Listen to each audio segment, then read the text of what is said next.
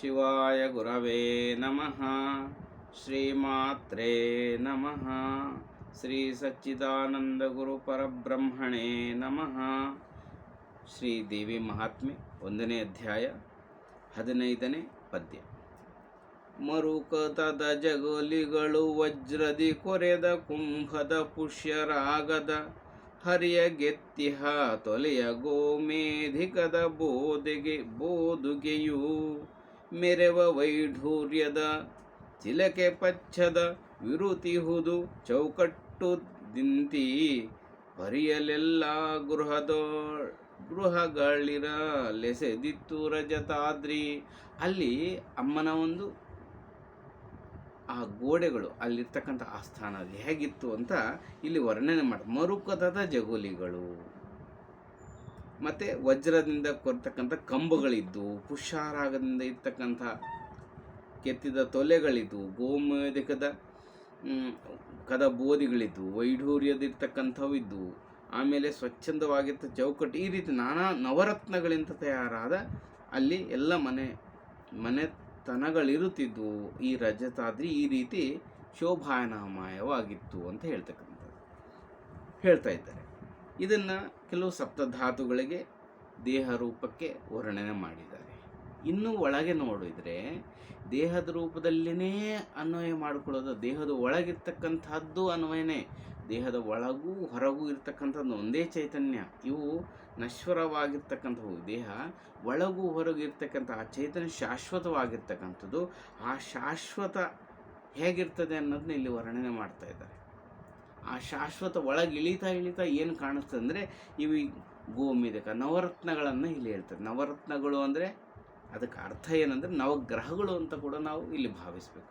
ನವಗ್ರಹಗಳ ಅನುಗ್ರಹ ಯಾವಾಗ ಆಗುತ್ತೆ ಮನುಷ್ಯನಿಗೆ ಅಂದರೆ ಯಾವಾಗ ಎಲ್ಲರಿಗೂ ಒಳ್ಳೆಯದಾಗಲಿ ಅನ್ನೋ ಭಾವ ನಮ್ಮಲ್ಲಿ ಯಾವಾಗ ಸ್ಫುರಣೆ ಆಯಿತೋ, ಹಿಂದಿನ ಪದ್ಯದಲ್ಲಿ ನೋಡಿದ್ವಲ್ಲ, ಆವಾಗ ನಮಗೆ ಎಲ್ಲ ಗ್ರಹಗಳು ದೋಷ ನಿವಾರಣೆ. ಇದು ರಹಸ್ಯ. ಇದು ಎಲ್ಲರಿಗೂ ಒಳ್ಳೆಯದಾಗಲಿ ಅನ್ನೋ ಭಾವ ನಮ್ಮಲ್ಲಿ ಪ್ರಫುಲ್ಲ ಬೆಳೀತು ಅಂದರೆ ಸಹಜವಾಗಿ ನವಗ್ರಹಗಳು ನಮಗೆ ಅನುಕೂಲ ಆಗ್ತವೆ. ನಮಗೆ ಆ ಗ್ರಹ ದೋಷ, ಈ ಗ್ರಹ ದೋಷ ಅಂತ ಏನು ಕಷ್ಟಪಡ್ತಾರೆ, ಬಡದಾಡ್ತಾರೆ. ಆದರೆ ಆ ದೋಷಗಳೆಲ್ಲವೂ ಹೋಗ್ಬೇಕಂದ್ರೆ ಇಲ್ಲೊಳಗೆ ಎಲ್ಲರಿಗೂ ಒಳ್ಳೆಯದಾಗಲಿ ಅನ್ನೋ ಭಾವ ನಮ್ಮಲ್ಲಿ ಸ್ಫುರಣೆ ಆದರೆ ಅದು ಸಹಜ ಸ್ಫುರಣೆ ಆಗ್ತದೆ. ಸಹಜ ಸ್ಫುರಣೆ ಆಗಬೇಕಂದ್ರೆ ನಾವು ಸಾಧನೆ ಮಾಡಬೇಕು. ಸಾಧನೆ ಮಾಡಿದಾಗ ಸಹಜವಾಗಿ ಸ್ಫುರಣೆ ಆಗುತ್ತೆ. ಆ ಒಂದು ಸ್ಥಿತಿಯಲ್ಲಿದ್ದರೆ ಈ ನವಗ್ರಹಗಳು ಅನುಕೂಲಿಸ್ತವೆ ಅನ್ನೋದು ಒಂದು ರಹಸ್ಯವನ್ನು ಹೇಳ್ತಾ ಇದ್ದಾರೆ. ನವಗ್ರಹಗಳು ನಮ್ಮಲ್ಲಿ ಕೂಡ ಎಲ್ಲವೂ ಕೂಡ ಒಂದೊಂದು ಕಲರ್ಗೆ ಒಂದೊಂದು ಧಾತುವನ್ನು ನಾವು ಇಲ್ಲಿ ಶರೀರದಲ್ಲಿರ್ತಕ್ಕಂಥದ್ದನ್ನು ನಾವು ನೋಡ್ಬೋದು. ಹೀಗೆ ಪ್ರತಿಯೊಂದು ಕೂಡ ನವಗ್ರಹಗಳು ಅಂದರೆ ಈ ಕಣ್ಣು ಸೂರ್ಯಗ್ರಹಕ್ಕೆ ಸಂಕೇತ.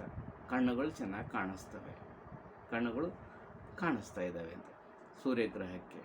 ನಾಲಿಗೆ ಇದೆ, ಸರಸ್ವತಿ. ಬುದ್ಧಿ ಇದೆ, ಚಂದ್ರನಿಗೆ ಕಾರಕವಾಗಿರ್ತಕ್ಕಂಥದ್ದು. ಇವೆಲ್ಲವೂ ಅಭಿವೃದ್ಧಿ ಆಗ್ತವೆ ಅಂತ. ಕುಜನಿಗೆ ಒಂದು ಬಾಹುಬಲ, ಕುಜನ ಶಕ್ತಿ, ಇವೆಲ್ಲವೂ ದೇಹ ಗಟ್ಟಿಗಿರಬೇಕಂದ್ರೆ ಇವೆಲ್ಲ ಇರಬೇಕಲ್ವ. ದೇಹ ಬಾಹು ಗಟ್ಟಿಯಾಗಿರ್ಬೇಕಂದ್ರೆ ಕುಜನ ಬಲ ಬೇಕು, ಶುಕ್ರನ ಬಲ ಬೇಕು, ಗುರು ಬಲ ಬೇಕು, ಛಾತಿ ಹೃದಯವಂತಿಕೆ ಬರಬೇಕಂದ್ರೆ ಗುರುಗ್ರಹದ ಅನುಗ್ರಹ ಬೇಕು,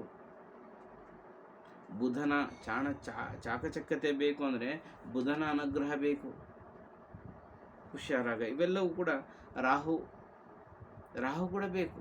ರಾಹು ಕೂಡ ಚೋರಕಾರಕತ್ವ. ರಾಹು ಯಾಕೆ ಅಂದರೆ ಕೆಲವೊಂದು ಸಾರಿ ಚೋರಕಾರಕತ್ವ ಕೂಡ ಬೇಕಾಗತ್ತೆ. ಎಲ್ಲವೂ ನವರಸಗಳು, ನವರತ್ನಗಳು ಎಲ್ಲವೂ ಕೂಡ ಕಾರಣ ಇಲ್ಲದೇ ಭಗವಂತ ಸೃಷ್ಟಿ ಮಾಡಿಲ್ಲ. ಕೆಲವೊಂದು ಸಲ ಕಸ್ಕೊಂಡಾಗ ಗೊತ್ತಾಗುತ್ತೆ ನಮಗೂ. ಭಗವಂತ ಕೆಲವೊಂದು ಕಸ್ಕೊಳ್ತಾನೆ, ಅವಾಗ ಸಂಕಟ ಆಗ್ತೈತೆ. ಅವಾಗ ಗೊತ್ತಾಗತ್ತೆ ಅದು ಇಲ್ಲದೆ ಹೋದರೆ ಎಷ್ಟು ಸಂಕಟ ಅಂತ.